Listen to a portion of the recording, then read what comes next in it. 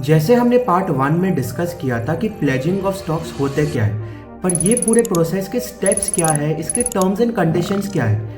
मैं हूं अमृतांश अग्रवाल और आइए आगे जानते हैं। ये पूरे प्रोसेस के 6 स्टेप्स हैं। पहला स्टेप है कि आपको अपने शेयर्स को सिलेक्ट करना होगा। आपने कौन से शेयर्स लॉन्ग टर्म के लिए रखे हैं, कौन से शेयर्स को आप कोलैटरल में रखना चाहते हैं। स्टेप 2 है कि आपको लोन टू वैल्यू कैलकुलेट करना होगा।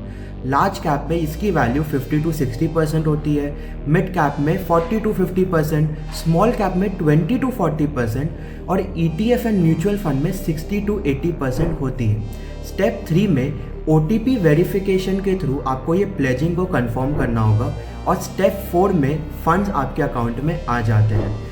फिफ्थ स्टेप में आपको डेली या मंथली इंटरेस्ट पेमेंट करनी होगी जो 9 to 12% पर एनम होती है। और स्टेप 6 में जब आपने अपने लोन को रीपे कर दिया है, वो शेयर्स आपके डीमैट अकाउंट में अनब्लॉक हो जाते हैं। ये पूरे प्रोसेस का टेन्योर मैक्सिमम 12 मंथ्स होता है और ये रिन्यूएबल होता है। और इस प्रोसेस के बीच में अगर कंपनी ने डिविडेंड दिया तो डिविडेंड और बाकी बेनिफिट्स लाइक बोनस या राइट इश्यूज आपको मिलेंगे।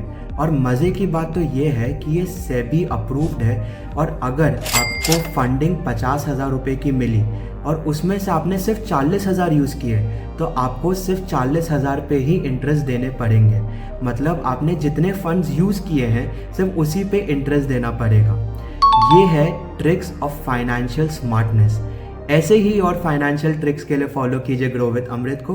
और आखिर में एक बात हमेशा याद रखिए, इसमें हम साथ हैं और यही साथ हमें बनाएगा एक स्मार्ट इन्वेस्टर।